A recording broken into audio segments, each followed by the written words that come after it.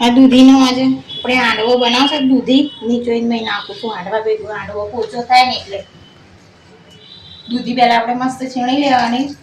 પછી આવી રીતે ધોઈ એનું પાણી બધું કાઢી નાખવાનું. આવી રીતે નાખી દેવાનું.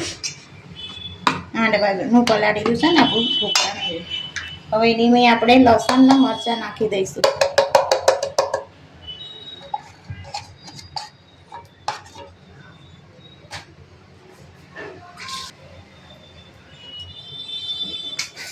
પછી સ્વાદ પ્રમાણે સહેજ ખટ મીઠો થાય એટલે આપણે થોડી ખાંડ નાખી દઈશું. પછી મીઠું સ્વાદ પ્રમાણે.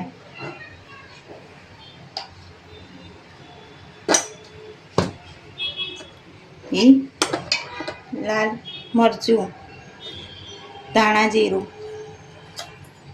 હળદર,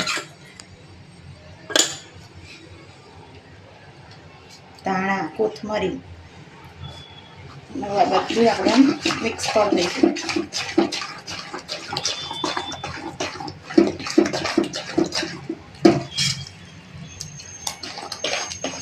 આ રીતે છે ને પહેલાં તેલ લગાવી દેવાનું નીચે, એટલે આપણો હાંડવો બહુ ચોટે નહીં અને ફટ લઈને ઉખડી જાય. તેલ લગાવી દઈએ ને એટલે લોટ ઘોઘરાઈ દેવાનો નીચે.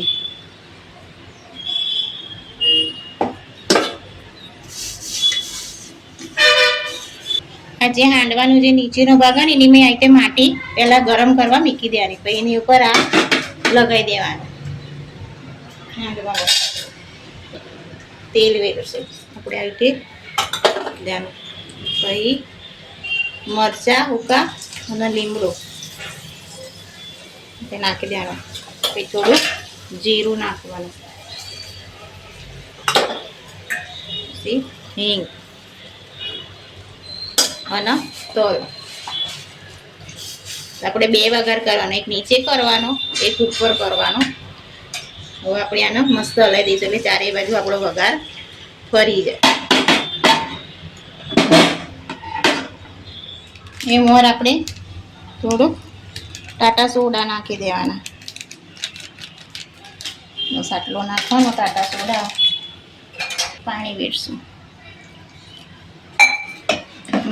મલાઈ કરાવવા મસ્ત વેડી દેવાનું આપણે.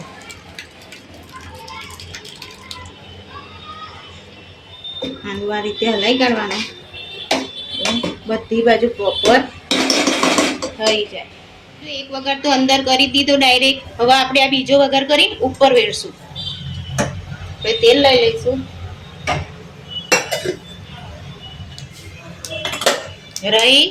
રહી જો આપણી ફૂટી જાય છે તો એની મેં આપણે જીરું નાખી દઈશું અને તલ. એની મેં આપણે હિંગ નાખીશું અને આ લીમડાના પાન. હવે એને મેં આપણે થોડુંક કાશ્મીરી મરચું નાખશું એટલે આપણે કલર મસ્ત આવે.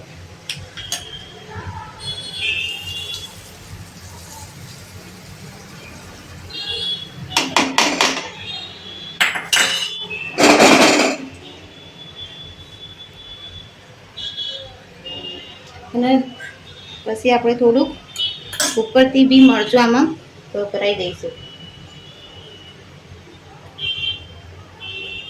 હવે આપણો હાંડવાની આપણે આમ ઢાંકી મૂકી દઈશું. જો હવે આપણો હાંડવો કમ્પ્લીટ થઈ ગયો છે.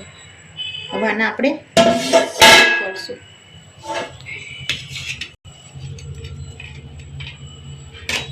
જો આ હાંડવો આપણો બનીને તૈયાર થઈ ગયો છે.